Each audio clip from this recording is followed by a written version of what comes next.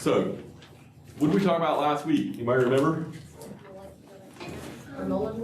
Molar mass. We talked about the mole, didn't we? We started off this chapter talking about the mole. What's the mole? Anybody want to define a mole? Measurement tool. Determine how many atoms or molecules are in substance. How many atoms or molecules are in a mole? And how many atoms or molecules are in a mole?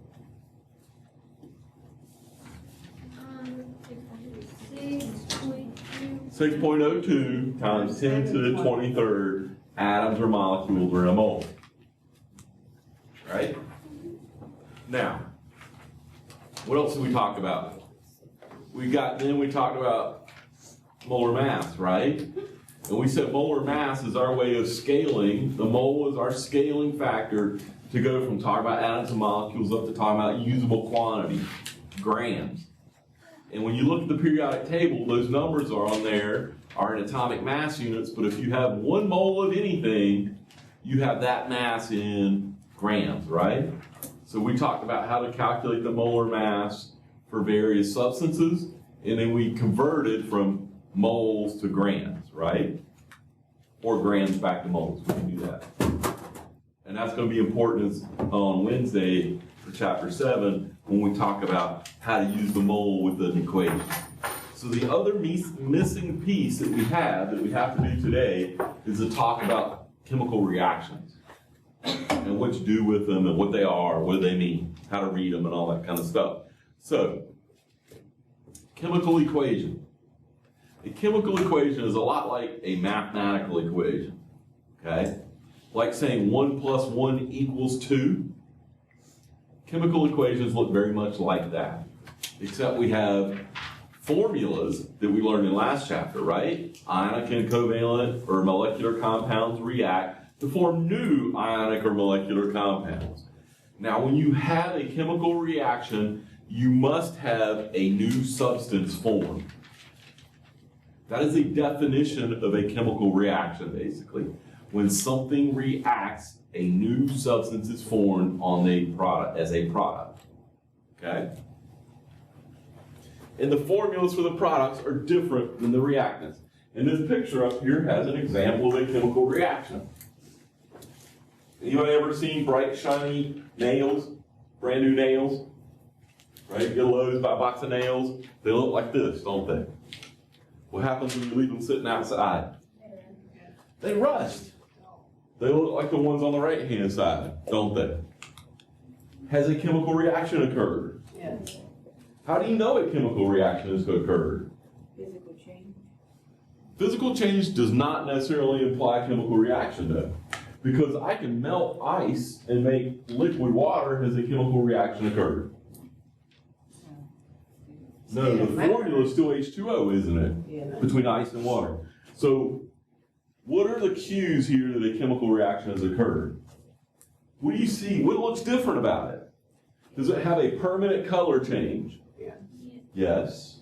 Do you think it feels different? Does rust feel different than these new nails over here? Yeah. All right, here's one for you. You think it tastes different? Probably. Yeah. It does taste different. I've tasted it before. Yeah, we held them in my mouth. Yeah, hold nails in your mouth while you're working on something. Rust tastes a lot, old rusty nails taste a lot different than new shiny nails. But a permanent color change is a good indication as well, right? Okay. Other ways you can tell that a chemical reaction is occurring: production of a new solid that you didn't have before. So if I mix 2 liquids together and I produce a solid, something happened there, didn't it? Okay. Or production of a gas. Anybody here ever make a volcano when you were a kid? Make baking soda and vinegar, mix them together? Go home and mix baking soda and vinegar together. What do you think happens? Bubbles, bubbles, bubbles, bubbles. Will you float? That's a great movie.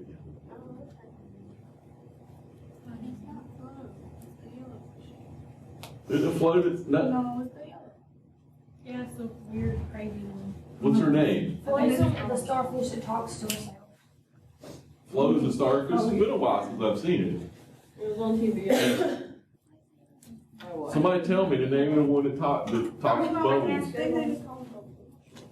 I thought the crab was the little. That's Jacques.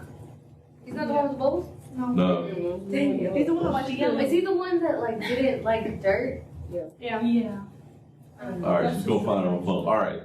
Anyway, lots of bubbles produced, right? Sorry we got off track.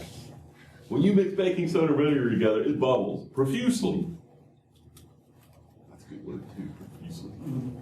Right? It produces carbon dioxide gas. It's a new product that wasn't there to start with. Okay? Good sign that a reaction is occurring. Now these bubbles are different than when you boil something, right? That's not a reaction.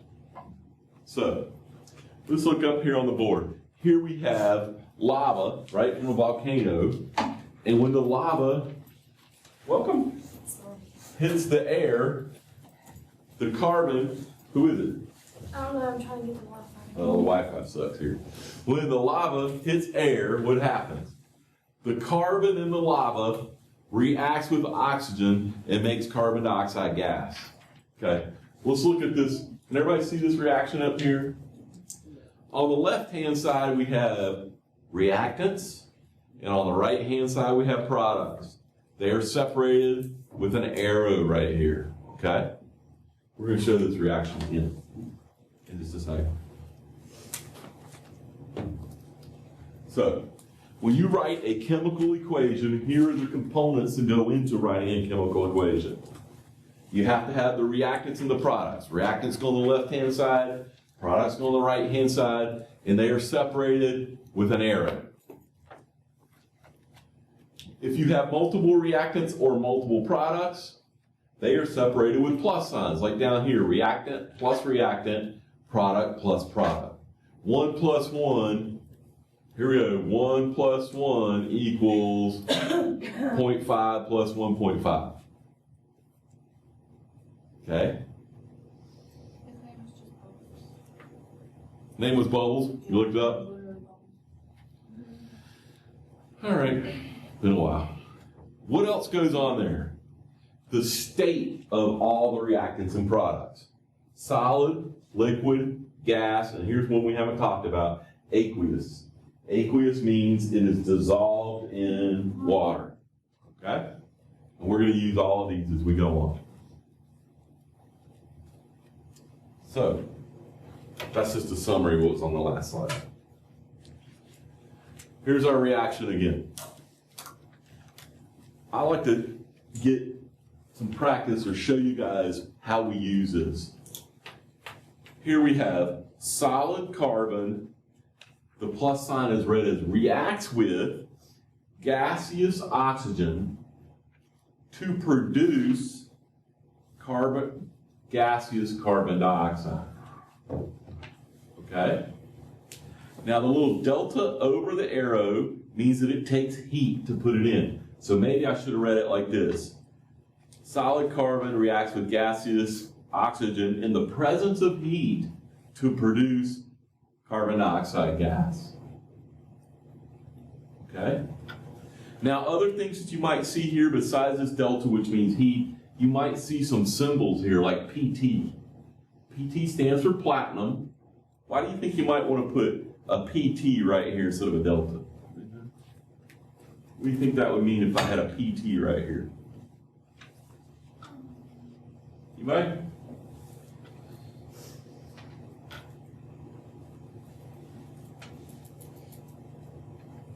What does it mean when I put PT right there? Or NI, or PD, or anything like that. You might want to make a guess? No? When you have some other element that's right here over the arrow, it means that that is a catalyst in the reaction. Okay? And we'll talk about catalysts later on in this chapter, okay? It's not participating in the reaction, it doesn't get used up, but it's necessary for the reaction to occur.